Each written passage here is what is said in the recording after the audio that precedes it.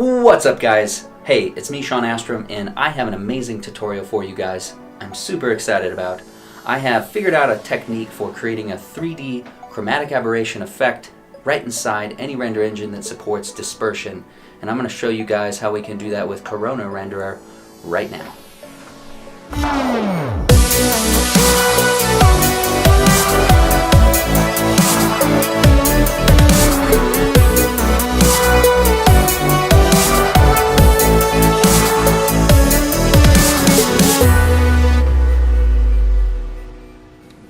Hey guys, so here we are inside of Cinema 4D, and I've prepared this car model here, this Ferrari 246 GT. It's a wonderful car that I'm extremely familiar with. No, I'm not really, but I did take a little time just building out some quick materials here so that we'd have something cool to render. But what I'm going to do is go into the render settings here, switch this guy over to Corona, and I like to label this stuff, so gonna do that. My resolution is set to this weird 896 by 504, and that's just so we get a quick IR feedback.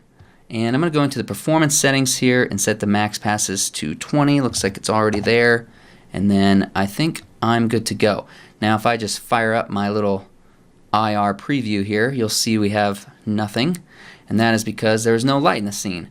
So we are gonna go into here and grab a sky object, and right away you'll see we got some nice lighting, sort of. And I'm going to label this HDRI. And I'm going to go here and just create a new light material, HDRI. And I'm going to bring in a wonderful texture from my CG HDRI pack. And I'm going to try this Ohio Sky. These are 12K HDRIs, EXR format. Now if I pop this guy onto my sky here, you'll see immediately we get some pretty sweet looking lighting.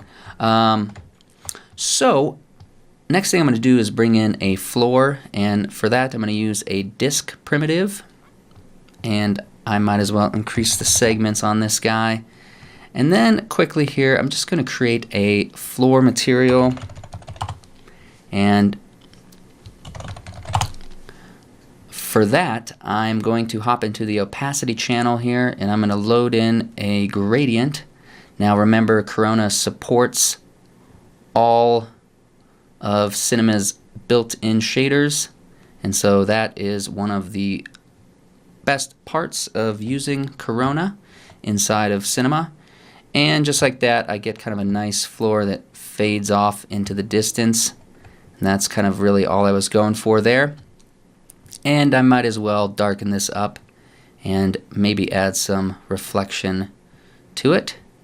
And I will lower the glossiness value here. And I think that looks pretty good.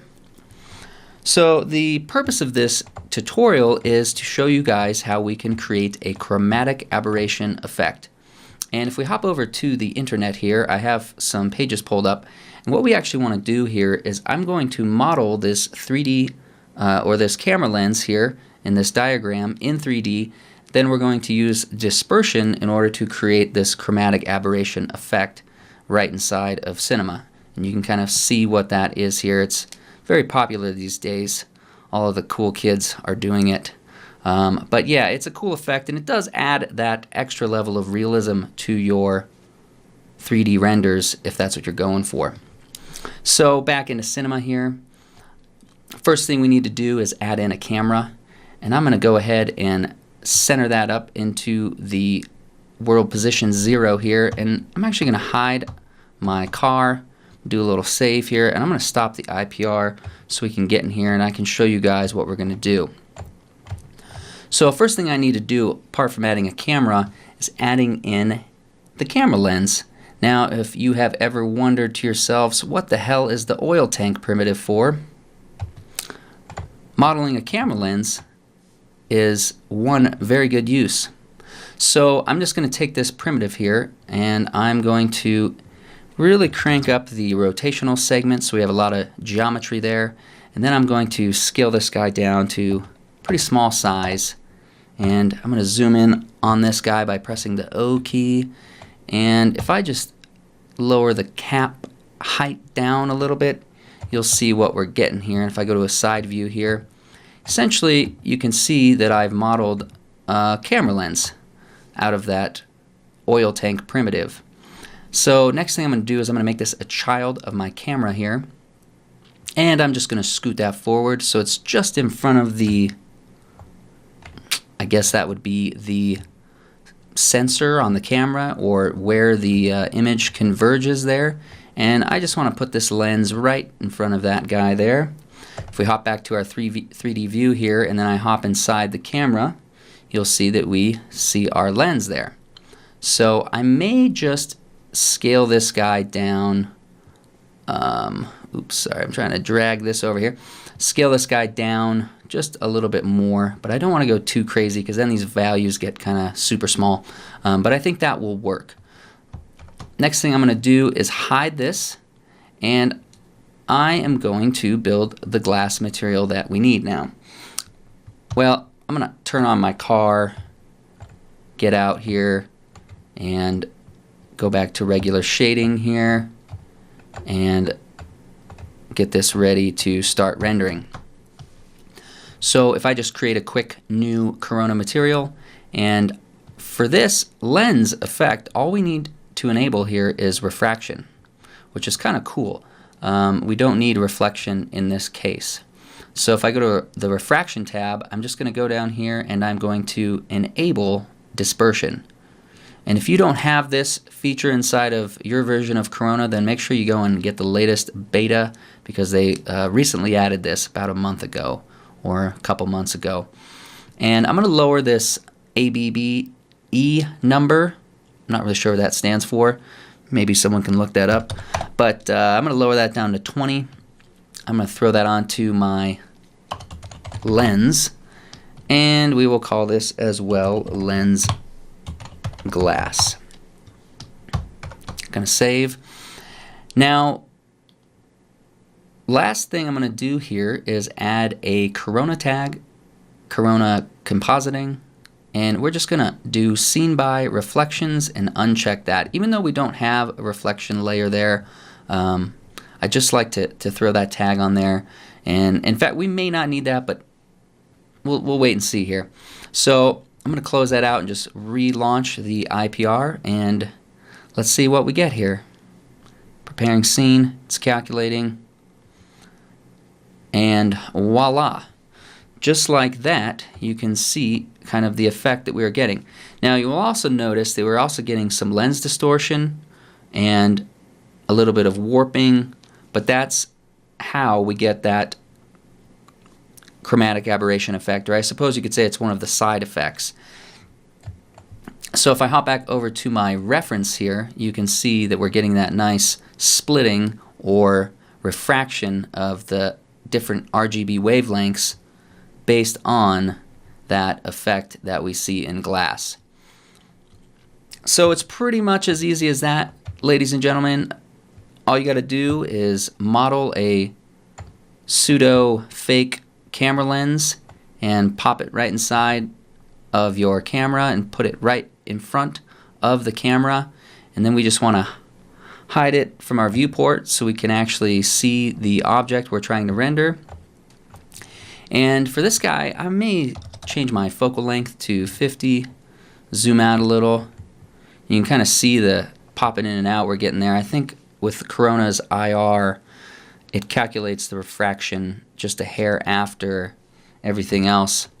Now, if we go into the actual lens glass material we created here, and I crank up this value here, that will increase the, actually, sorry, that will decrease the effect. If I lower this to 10, I believe it might be the lowest setting, you'll see how that increases the aberration effect.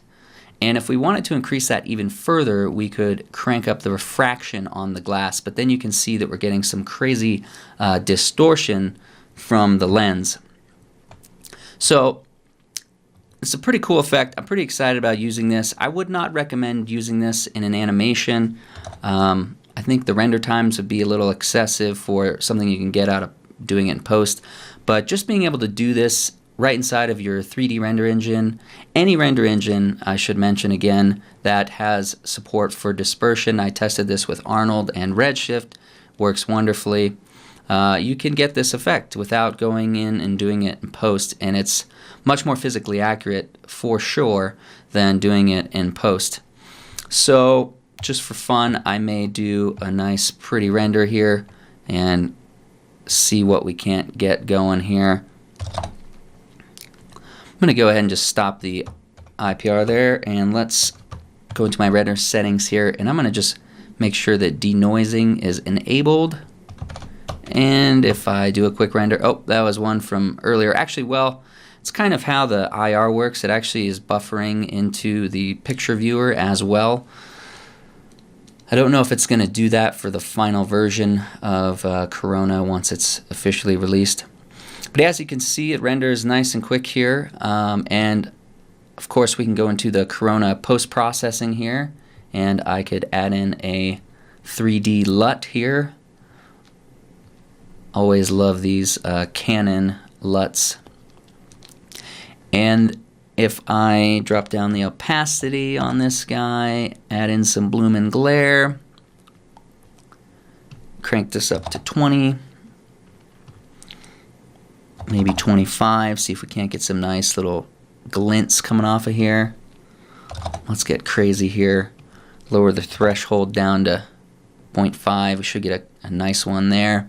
Nice one there. So Corona is just amazing, guys. The fact that you can do this post-processing right inside of the renderer here. If I enable sharpening, that always looks nice as long as you don't overdo it. And yeah, just like that, ladies and gentlemen, we have 3D chromatic aberration right inside of our rendering. Now I'll go ahead and stop that, let it do its magical denoising. That rendered for a whole minute 27 seconds, and we have a beautifully clean image here. And why not do one more here? Let me load in one more of my favorite HDRIs that I sell on my site. And let me go in here and crank up through the resolution here to a super high 1280 by 720. And let's just fire up the renderer and see what we get here. I'm going to bring in that post-processing tab again, and maybe I'll dock that over here. And I don't know, guys, I just love this effect. I've always been a fan of it. It's always been a little bit of a pain in the butt to do in post. There are some cool plugins out there for After Effects. There's a great free tool inside of Fusion you can use called the Channel Shifter by Crocodove that you can do it with, but you have to have Fusion Studio. But yeah, guys, I'm probably rambling on here a little bit, but I just wanted to do one other little quick render just to show you guys how this looks. It's a little crazy overexposed there, and I think this LUT is tweaking that out quite a bit. But if we go ahead and stop this, let it do its denoising, that only rendered for 57 seconds. Let's see what kind of result we get here. Man, that looks pretty clean. The Corona denoiser is pretty cool, if I don't say so myself. And if I just crank up the contrast here, and again that awesome bloom and glare, and yeah, there we go, guys. 3D chromatic aberration. It's a fun thing to say. Yeah, I hope you guys enjoyed this one, and I plan to do a lot more of these, and I'm going to try and figure out some cool creative things that are unusual inside of 3D. See you guys later.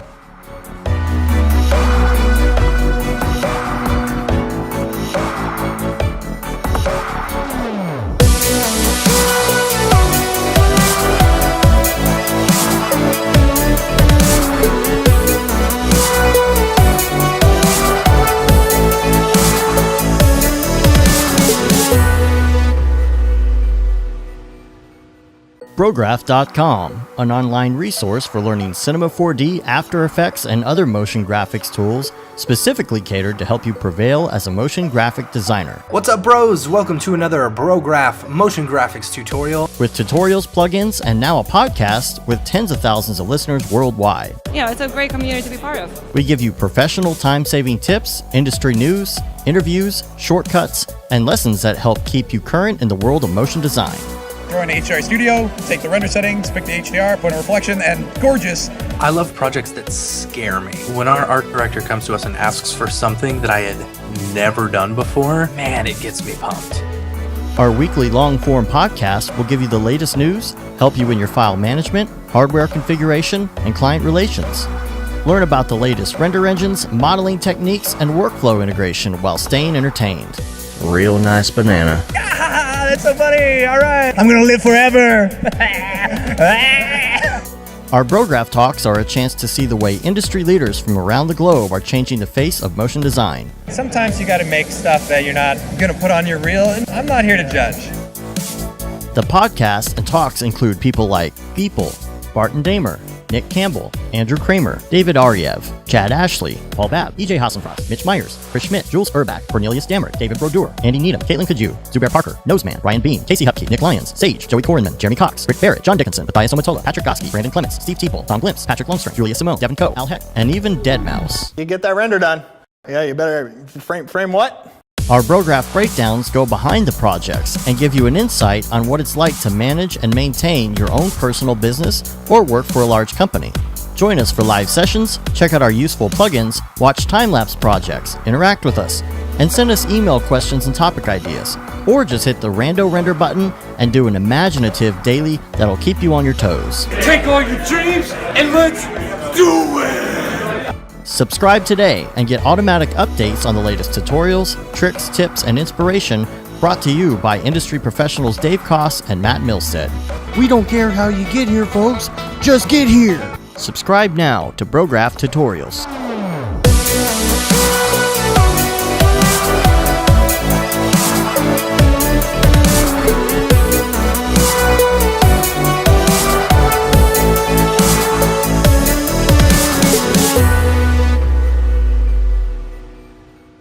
It's pretty good, I guess.